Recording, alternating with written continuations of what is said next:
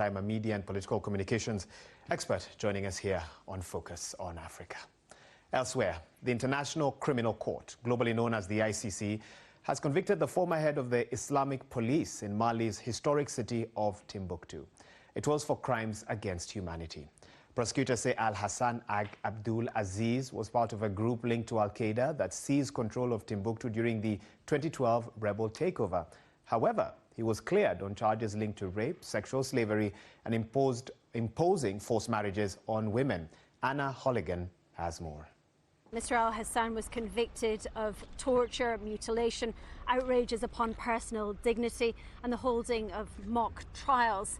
But the real centrepiece of this case was the focus on gender persecution, so the targeting of women and girls in conflict. And on those charges, while the judges found that those crimes were committed during this period in Timbuktu, there was insufficient evidence to find Mr. Al-Hassan responsible. So he was cleared of sexual slavery, forced marriage, and rape. He was also acquitted of charges relating to the destruction of sacred mausoleums and tombs in the ancient fabled city of Timbuktu.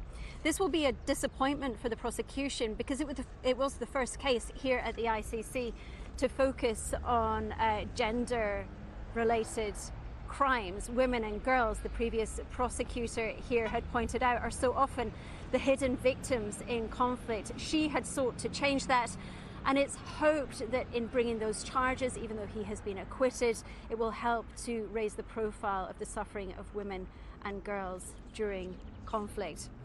In terms of what happens next, well, sentencing will be held at a later date. Mr. Al-Hassan's lawyers have 30 days if they wish to appeal the decision. And the victims are entitled to apply for reparations. So the International Criminal Court actually facilitated a live stream so that some of those who were the victim of these atrocities were able to watch justice being done. Many of those victims are now entitled to apply for some form of financial reparation so that justice doesn't just happen here in The Hague, but is also felt in a tangible sense on the ground back in Mali. Well, we can now speak to Dr. Oluwale Ojewale, Regional Coordinator for Central Africa at the Institute of Security Studies, joining us from Dakar, Senegal. Dr. Oluwale, thanks so much for your time on this. I mean, what do you make of this conviction? Were you surprised by it? Thank you so much for having me. I'm not surprised in any way because the world has waited for long. And the diligence with which the prosecution has held in the past 5 years, it shows that war criminals in other corners of the world, whether it is in Sudan or it is in Congo or elsewhere on the continent and even outside our continent, they can surely have a date with justice. And then what I can make out of this is that the wheel of justice grinds slowly, but definitely produces an end that is going to serve the interests of the victims. And I think this is the case with Al-Hassan as far as ICC ruling is concerned. I mean, gender-based crimes are a key talking point in this case. Al-Hassan wasn't, at the end, found guilty of them. But how important is it to have a discussion on how these conflicts affect and how women are affected in conflicts like these ones? I think broadly, wherever conflict is taking place, the silent victims have always been women and children, particularly girls, boys, who do not have the agency to possibly mount resistance. And even in cases in which women have been raped, women have even been subjected to all kinds of absurdity in the context of conflict. This is the experience that has been in most places on the continent. And it brings to the fore the fact that perhaps the leaders, the global leaders are not doing enough in assuaging the plight of the women and children. And I think this spectacular case of Al-Hassan in ICC blended that with what has been coming out of Sudan crisis and elsewhere on the continent.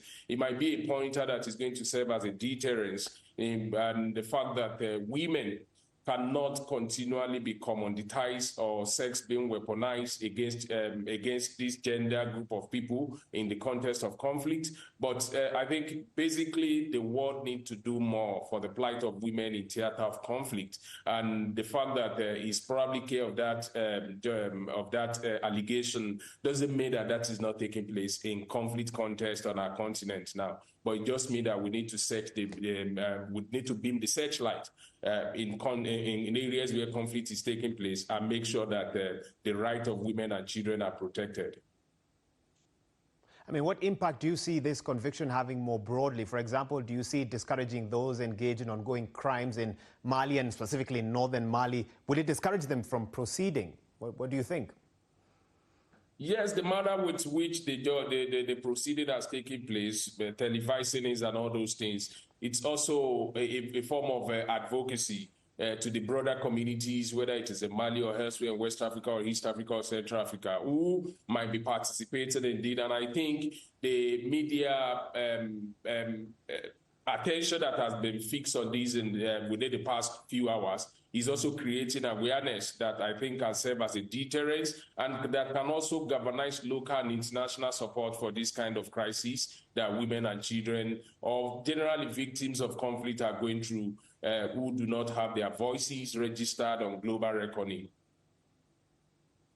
Dr. Oluwale Ojewale, thank you so much for your time, the Regional Coordinator for Central Africa at the Institute of Security Studies, joining us from Dakar.